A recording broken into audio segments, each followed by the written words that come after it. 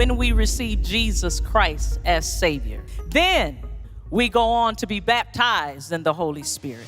CeCe Winans has long been a pillar of grace and faith in gospel music, known for her uplifting voice and unshakable integrity. But recently, she broke a silence that shocked the gospel community. Her words about Tyler Perry were sharper and more revealing than anyone expected. How does someone so devoted to worship call out one of Hollywood's most influential figures connected to the church? What sparked her to finally speak out after years of quiet observation?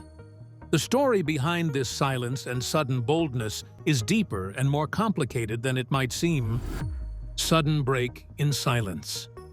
CeCe Winans has always been a figure of quiet strength within gospel music, known for her steady commitment to worship and spiritual integrity.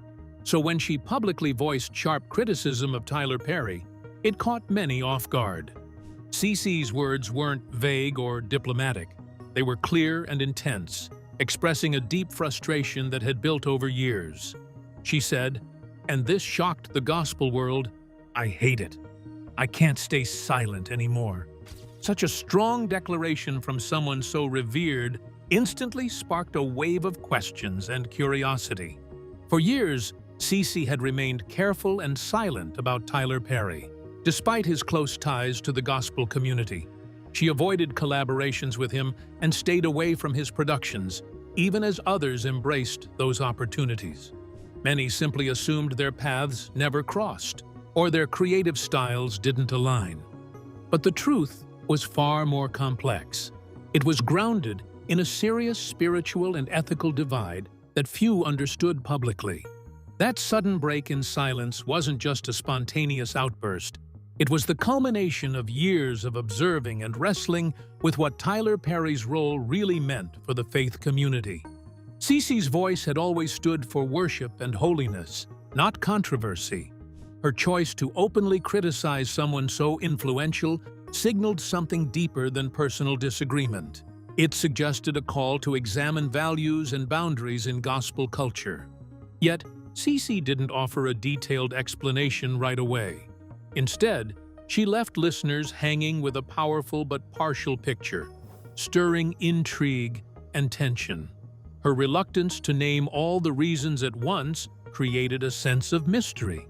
People were left wondering, what exactly had she been holding back? What had finally pushed her to speak out? The answers would start to emerge slowly but surely. This moment wasn't just about CeCe versus Tyler Perry. It kind of pointed to a growing conversation in gospel spaces about that delicate tangle between faith, artistry, and influence. Some people applauded CeCe's courage, while others bristled at what they thought were pretty harsh judgments. Either way, her words kicked up a needed discussion that was just too loud to pretend didn't matter. For a woman who had spent decades building a name on grace and spiritual depth, this kind of public back and forth felt like a dramatic departure from what she normally does.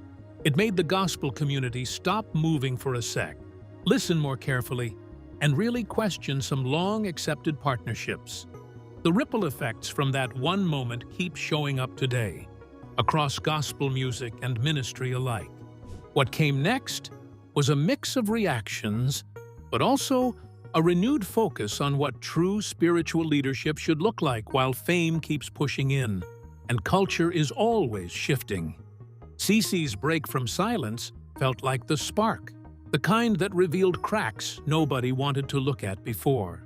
And as more voices stepped in, the bigger story underneath this conflict would become harder, not easier, to ignore.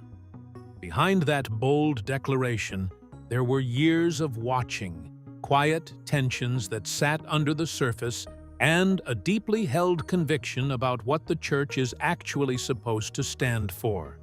This wasn't the finish line, it was just the start of a conversation that seemed ready to challenge the gospel world's polished appearance and surface some things many had sensed for a while, but never really said out loud. Transitioning from this intense moment, it helps to understand the public image Tyler Perry built that earned him such widespread respect and support within both Hollywood and the faith community. Tyler Perry's public faith image. Tyler Perry is one of the most recognizable figures in entertainment, known as a filmmaker, playwright, and actor. Alongside his success, he built a public identity rooted in faith, often speaking about God in interviews and framing his personal story as one of struggle, transformation, and spiritual growth. His close ties to the church strengthened that image. He supported gospel artists, funded church initiatives, and worked closely with influential leaders like Bishop T.D. Jakes and Bishop Paul Morton. These connections helped position him as someone bridging mainstream entertainment and faith-based communities. To many, Tyler Perry was viewed as a major blessing to the gospel world. His plays and films highlighted themes of faith, perseverance, and redemption, reaching audiences far beyond traditional church spaces. Supporters felt his storytelling brought visibility, encouragement, and financial support to gospel music and ministry in ways few others had. Still, not everyone saw it that way. Within parts of the gospel community, there were quiet concerns about how he mixed comedy, drama, and religious themes. Some wondered whether faith was being genuinely honored or gradually reshaped into something more commercial and entertainment-driven. These concerns grew as his productions continued blending sacred moments with humor and theatrical storytelling. His ability to move between Hollywood audiences and church spaces gave him a unique platform, but it also blurred boundaries. Some viewers felt that ministry and entertainment were becoming harder to separate, raising questions about how faith should be represented in popular culture. For a time, strong support from well-known gospel leaders helped reinforce his credibility. Many accepted his public expressions of faith without much scrutiny, choosing to focus on the positive impact of his work rather than question its deeper implications. Over time, however, quieter doubts became more vocal. Some gospel artists and pastors began asking whether his projects were primarily serving the church's mission or reshaping faith into a scalable brand for mass audiences. These questions created an underlying tension that had long remained unaddressed. This is why later criticism from figures like CeCe Winans felt so significant. It wasn't just a disagreement with one individual. It reflected a deeper challenge to the long-standing balance between faith, fame, and entertainment, forcing the gospel community to reconsider what it was truly endorsing and how much influence celebrity status should have over spiritual messaging within modern Christian media spaces moving forward.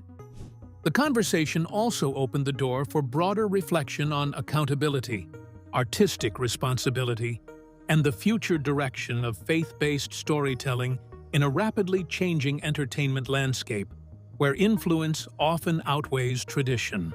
As whispers turned into murmurs, the gospel community faced an increasing internal struggle, unsure how to reconcile their admiration for Tyler's accomplishments with their concerns about his spiritual message. The unease among gospel leaders. Behind closed doors in the gospel community, concerns about Tyler Perry's approach had been quietly building for years. While many praised his success, visibility, and generosity, others questioned whether blending humor, drama, and faith blurred important spiritual boundaries. Some artists wondered if his work was truly spreading the gospel or slowly turning faith into entertainment. The tension wasn't always obvious. It often showed up in private conversations and cautious disagreements. Gospel leaders and artists wrestled with whether supporting these productions meant endorsing content that sometimes felt closer to comedy or spectacle than ministry. The question kept coming up: where is the line between entertainment and reverence? And was it being crossed too often?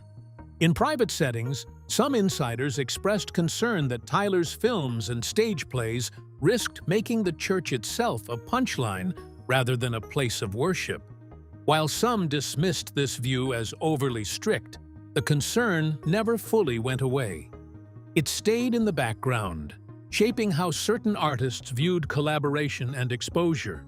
Others pointed out that some productions didn't always align neatly with the values gospel artists publicly stood for. A few performers even said they were encouraged to tone down overtly church-focused elements to reach wider audiences. That created an ongoing tension between ministry and mainstream appeal, raising deeper questions about how faith-based messages should be presented in popular culture. CeCe Winans, though largely quiet publicly on the issue, was often seen as someone who held firm personal convictions. She did not participate in Tyler Perry projects and kept a noticeable professional distance. Those close to her suggested it wasn't simply an artistic choice, but a matter of spiritual conviction and integrity. In a private 2019 gathering, she reportedly said, "I don't support anything that blurs the line between mockery and ministry. I can't." She didn't mention Tyler Perry directly, but many interpreted the comment as referring to the broader style of faith-based entertainment he represents. What once looked like simple distance began to appear more intentional and principle-driven. That underlying tension became part of a larger, ongoing debate in the gospel world about faith, fame, and influence. It highlighted the challenge of maintaining spiritual integrity in an environment shaped by visibility and entertainment value. As these quiet disagreements continued, it became clear the gospel community was sitting on deeper unresolved questions, with growing pressure for clearer answers from its most influential voices. The impact of one pivotal moment at a major gospel event would soon turn whispers into an unavoidable conversation that changed everything. The pivotal Stellar Awards moment. One night at the Stellar Awards marked a clear turning point in the relationship between CeCe Winans and Tyler Perry. The event was meant to celebrate gospel music, bringing together major voices in worship and praise. When Tyler Perry stepped on stage, reactions were mixed. Some welcomed him for his support of the gospel community, while others were unsure what to expect. What followed, however, shifted the mood entirely. Instead of keeping a reverent tone, Tyler began sharing jokes and personal stories that many felt didn't fit the atmosphere. His remarks drifted away from the spiritual focus of the night, creating visible discomfort in the audience. Some laughed awkwardly, while others exchanged uneasy glances. The energy in the room changed, clashing with the purpose of the event. Attention soon turned to CeCe Winans, seated in the front row. She remained still, arms folded, eyes lowered, choosing not to smile or applaud. Witnesses said she appeared to be praying, quietly holding her composure. Her silence stood out, sending a powerful message without her saying a word. It reflected a deep discomfort with what was happening on stage. After the event, most artists gave safe, neutral responses to the media, highlighting Tyler's contributions rather than addressing the moment. CeCe, however, stayed silent and left early, skipping the after-party where Tyler was being honored. This wasn't the case. It was a clear and intentional decision that signaled her disapproval. Some people close to CeCe say that night kind of changed something for her. Like, after that, she sort of pulled back from Tyler Perry's work, and she avoided collaborations too, even while other folks in gospel music kept right on engaging him. What she had going on wasn't just a preference thing. No, it was more like a firm conviction, almost like she was drawing a clear line between ministry and entertainment. No wiggle room. And you know, the whole moment sort of exposed a deeper tension inside the gospel world too. I mean, where does faith stop and performance start, right? CeCe's quiet resistance sat there in contrast with the way Tyler often gets accepted, showing a wider split in how faith is presented in mainstream culture. She didn't speak publicly back then, but her actions already made her position plain. Her silence, it felt like a kind of statement, like mixing sacred ministry with entertainment comes with consequences. That night turned into a defining pivot, and it set things up for when she would later speak out. So in the end, it wasn't really a matter of whether CeCe would address the issue, it was just a matter of when. And when she finally did, the impact would be impossible to ignore. The tension born that night lingered in the air, swelling quietly until it erupted with a viral podcast interview that sent shockwaves across the gospel community. Growing division and fallout. When CeCe Winans spoke in a 2025 podcast interview, it surprised a lot of people in the gospel world. The discussion had been calm, focused on worship and music, until she was asked if she would collaborate with Tyler Perry. Her response shifted the tone immediately. She said no, explaining she couldn't support what she believed he stood for. Her use of the word hate made the moment even more controversial and quickly sparked attention online. The clip spread fast across social media and turned into a major debate. In an industry where public figures usually choose careful wording, CeCe's directness stood out. Some people praised her honesty and saw it as refreshing, saying she was simply speaking her convictions without filtering them. Others felt her comments were too harsh, especially toward someone widely respected for his success and his support of gospel-related projects. What started as a simple interview answer quickly became a bigger cultural discussion across both gospel and entertainment spaces. Not long after, things escalated. CeCe's name was quietly removed from the lineup of a major gospel conference in Atlanta, an event she had headlined before, and one tied to figures associated with Tyler Perry. The timing led many to believe it was connected to her comments. Online speculation spread quickly, with people questioning whether it was a quiet form of retaliation or distancing. The situation added fuel to an already heated conversation. From there, the discussion expanded beyond just CeCe. People began talking about influence, accountability, and freedom of expression in the gospel industry. Some questioned whether artists can truly speak openly about spiritual concerns when powerful industry relationships are involved. Others debated the balance between unity and honesty, and whether the church is comfortable addressing disagreements publicly. At the same time, the silence from several well-known gospel figures became part of the story. Many who had worked with Tyler Perry before didn't comment, and even some connected to CeCe stayed quiet. Critics suggested this silence may reflect a desire to protect relationships and opportunities rather than take a public stand. Still, a few voices did speak up. Some gospel leaders supported CeCe's stance, emphasizing conviction and spiritual integrity over industry pressure. Others offered more subtle support through posts focused on faith, holiness, and discernment. Industry reports added more context, suggesting some churches were reconsidering certain films for youth programs, while some artists felt pressure to adjust messaging to align with broader entertainment expectations. It painted a picture of a larger tension between ministry, media, and commercial influence. In the end, CeCe Winans' comments didn't just spark controversy, they exposed deeper ongoing tensions in the gospel world about faith, influence, and integrity. The truth that emerged was complicated and ongoing, but it all began with a moment of courage that no one could quietly dismiss. The larger question for gospel and faith.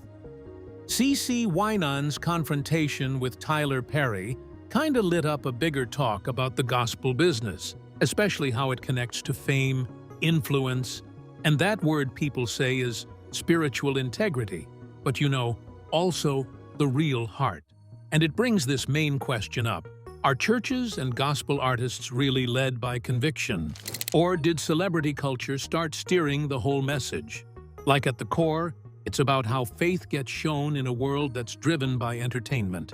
For years, Tyler Perry has been viewed as a man of faith, the kind who publicly credits God and supports gospel-related work. But CeCe Winans and some others say it's not that straightforward. They push back on whether his projects actually lift the gospel up or if they end up rearranging it for wider appeal. So you get this tension where true ministry is supposed to be one thing, but the performance side, the one shaped by popularity, can start taking over. A lot of the concern lands on his films. They mix comedy and drama, with church-themed characters that feel exaggerated. Some folks call it harmless humor, and others see it as disrespectful. For many believers, the church is sacred, so turning it into entertainment can feel like faith is being treated like a spectacle. And that's where the worries really grow about how people are going to perceive it out in public. CeCe had remained silent for years, but her comments brought these concerns into the open. She warned that when the church becomes a joke, it risks losing its voice and credibility. That message resonated widely, prompting artists and church leaders to reflect on how they engage with mainstream culture without compromising their message. The debate also extends beyond film. Moments like Perry's participation in a church service involving laying on of hands received mixed reactions, with some seeing meaning and others seeing performance. Religious leaders cautioned against turning sacred acts into spectacle, and reports suggest CeCe chose not to participate, setting personal boundaries. Since then, her stance has encouraged younger gospel artists to think more critically about influence and creative direction. Churches are also reassessing partnerships that may blur worship and entertainment, while audiences are becoming more selective about what they support. In the end, CeCe Winans' message focuses on preserving the heart of the gospel. It calls for the church to remain grounded and not let fame define what is acceptable in God's name, emphasizing that silence in the face of compromise can weaken faith. CeCe Winans' truth-telling has sparked a necessary reckoning in gospel music and ministry. Her courage challenges us all to ask tough questions about faith and influence. If you found this breakdown insightful, please like and subscribe for more honest, thoughtful discussions on gospel and culture. Join the conversation and help keep the dialogue going.